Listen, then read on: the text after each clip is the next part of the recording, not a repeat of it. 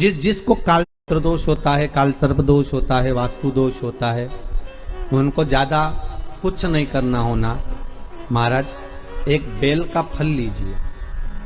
क्या लेना है? बेल का फल, बेलपत्री का जो फल होता है उसको ले लो। उसके अंदर का जो गुर्दा होता है, अंदर का जो भाग होता है, उसको निकाल लीजिए और उस बेल के फल में आटा सेक कर उसमें शक्कर मिलाकर उसको उसके अंदर भर लीजिए।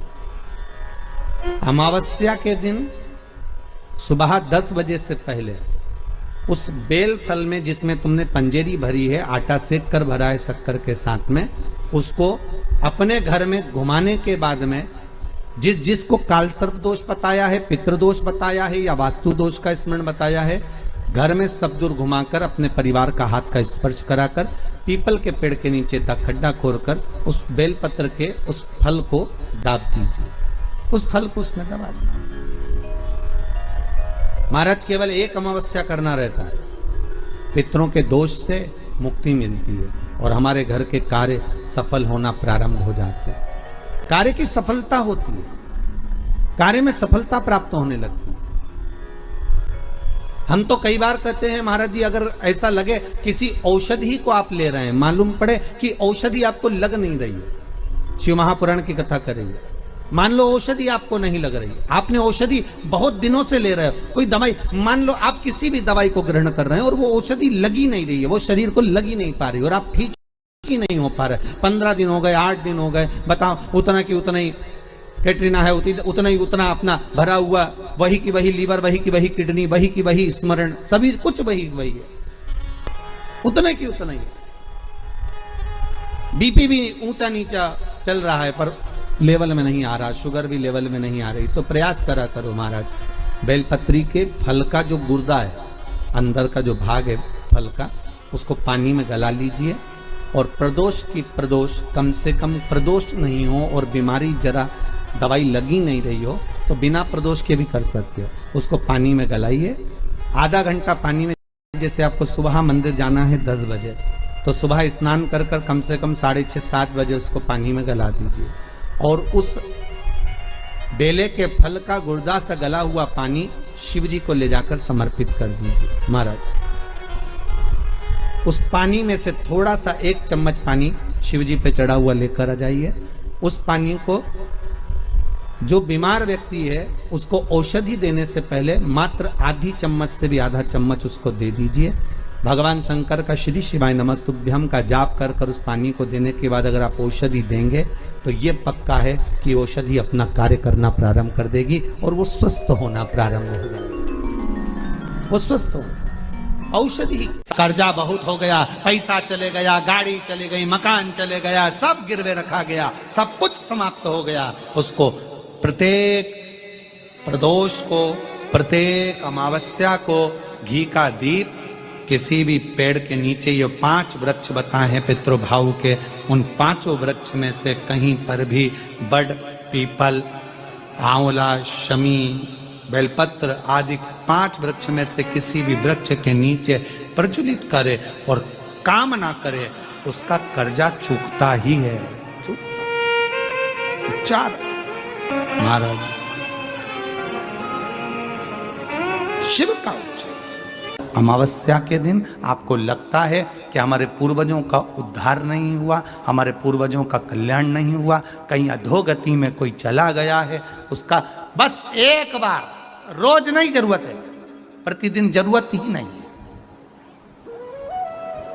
महीने में एक बार अगर अमावस्या के दिन भी आपने चंदन के थोड़ा सा चंदन अगर मेरे देव अधिदेव महादेव को 7 स्थान पर समर्पित, 7 स्थान शिवलिंग के बताए हैं जहां पर भूल से भी अगर कोई चंदन की उंगलियां लगा देता है, 7 स्थान ऐसे हैं जहां चंदन की मात्र उंगलियां लगा देने से ही शिव पितृलोक के पितरों को मुक्ति प्रदान करके बैकुंठ लोक का निवास दे देते हैं।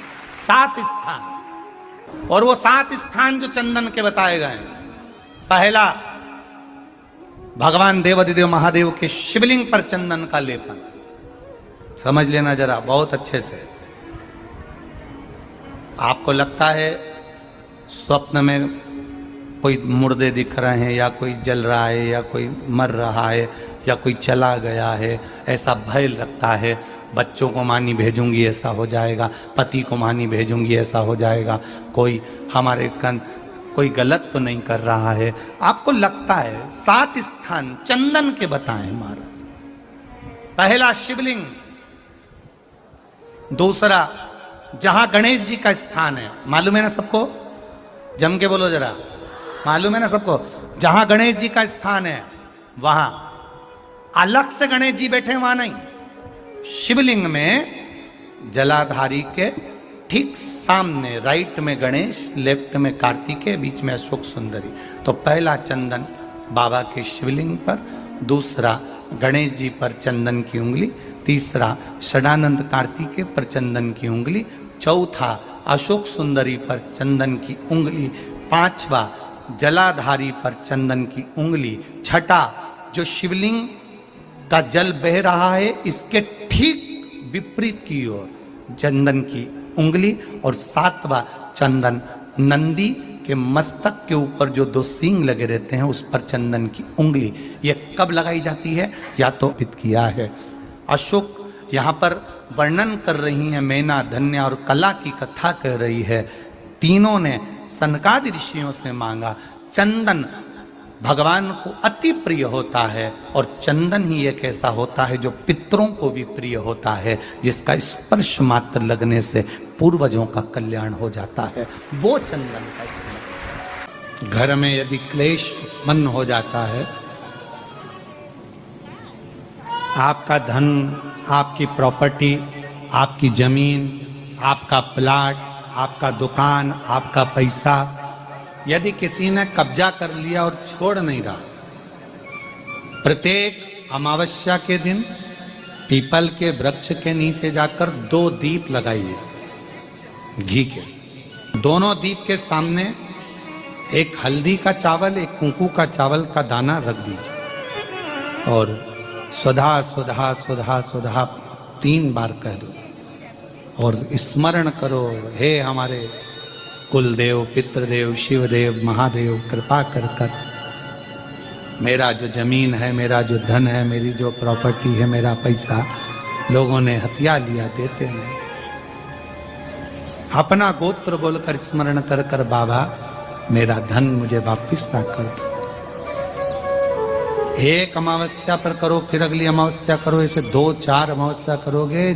जिसने ले रखा है वो खुद सोचेगा कि मुझे क्या हुआ, कि मुझे देना है, उसका पैसा चुकाना है, धन रखेगा नहीं। पितृ स्वधा का नाम स्मरण करते से, जब हम सुधा सुधा सुधा सुधा कहते हैं, पितृ उसको स्वीकार करते हैं। जैसे अग्निदेव की धर्म पत्नी स्वाहा, क्या है? जम के बोलो जरा, स्वाहा। जब हम यज्ञ करते हैं, सांकल ले देते हैं, ओम वैष्णवे स्वाहा। स्वाहा बोलते से ही अग्नि देवता की धर्म पत्नी उस भाग को देवताओं को देती है। उसी तरह तर्पण, तिलांजलि, पिंड, तर्पण आदि जितने भी हम पितरों के लिए कर्म करते हैं, उसमें हम स्वधा स्वधा बोलते हैं। जब स्वधा बोलते हैं तो वो स्वधा पितरों को भाग देती है, और पितरों से कहती हैं, ये मेरा बेटा दुखी है, इसको ये तकलीफ है, इसको ये कष्ट है, तुम इसका ये कष्ट पितृदेव मिटा दीजिए, महादेव की आज्ञा है, इसको सही कर दीजिए। करते हैं, श्रेष्ठ करते। ओम जयंती मंगलाकारिणी भद्रकाली कपालिनी दुर्गा क्षमा शिवा स्वाहा नमोस्तुते। ओम जयंती मंगलाकाली भद्रकाली कपालिनी दुर्गा क्षमा शिवा धात्री स्वाहा स्वदा नमोस्तुते। पितृदोष है, ये आपको कैसे मालूम पड़ेगा?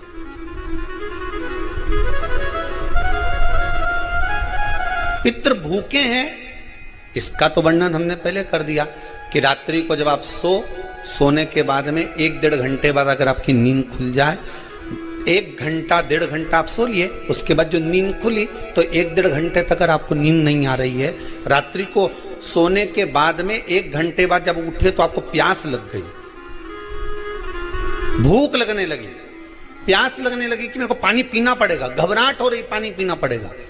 1-1.5 घंटे सोने के बाद अचानक नींद खुले और आपको प्यास लगे, समझ लेना आपके पितृ भूखे हैं और प्यासे हैं, भूखे और प्यासे हैं, उनको जल की जरूरत है। किसी भी नदी में, सरोवर में, कुंड में, बावड़ी में, तालाब में, आप तीर्थ में जाकर जब स्नान करते हैं तो स्नान करने के बाद एक काम का नियम बना लो कि अपने हाथ की अंजलि में जल लेकर अपने पूर्वजों को देना है।